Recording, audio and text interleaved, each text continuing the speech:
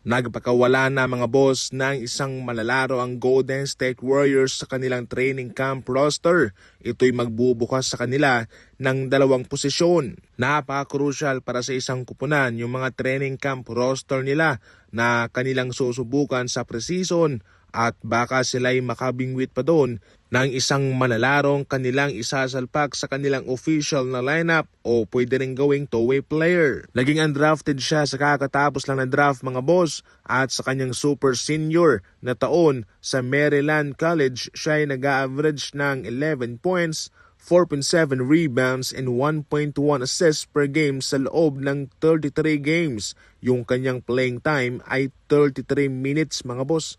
Medyo mabigat. Walang pumili sa kanya sa NBA draft at pumirma siya sa Golden State Warriors. Naglaro siya para sa California Classic at sa Las Vegas Summer Leagues. Ngayon, opisyal na siyang pinakawalan ng Golden State Warriors.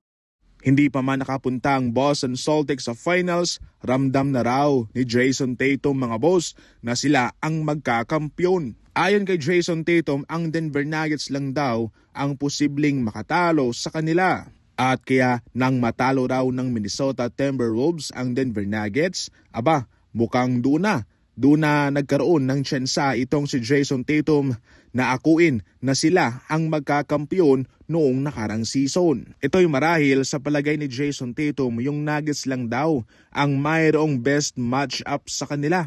Akala niya nga raw ang Denver Nuggets yung kanilang makakalaban sa finals at iyon daw huy siguradong magandang laban. Napag-uusapan natin noong nakarang season na mahalaga yung match-up. Nang matalo ng Minnesota ang Denver Nuggets noon, akala natin dediretso na sila papuntang NBA Finals.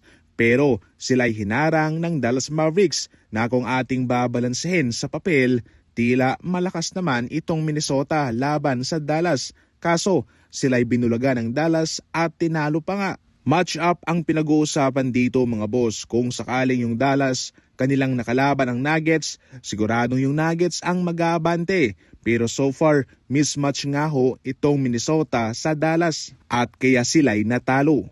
Yan mismo ang pinaparating ni Jason Tatum na mismatch sa kanila itong Minnesota at yung magandang kalaban sana ay ang Denver Nuggets na siguradong magbibigay sa kanila ng magandang laban sa NBA Finals. Kahit hindi man nga ako nagtagpo ang dalawang koponan, itong Celtics at ang Nuggets sa NBA Finals, sa season na ito, mayroon pa rin silang tsansang magawa iyon. Pero syempre, hindi may gagarantiyang mangyayari iyon 100% kung saan marami na ring mga malalakas na koponan ngayon na siguradong pipigil sa kanila sa kanilang daang tatahakin patungo doon. So, yan lang muna sa ngayon ng ating mga NBA updates. Maraming salamat po sa panonood.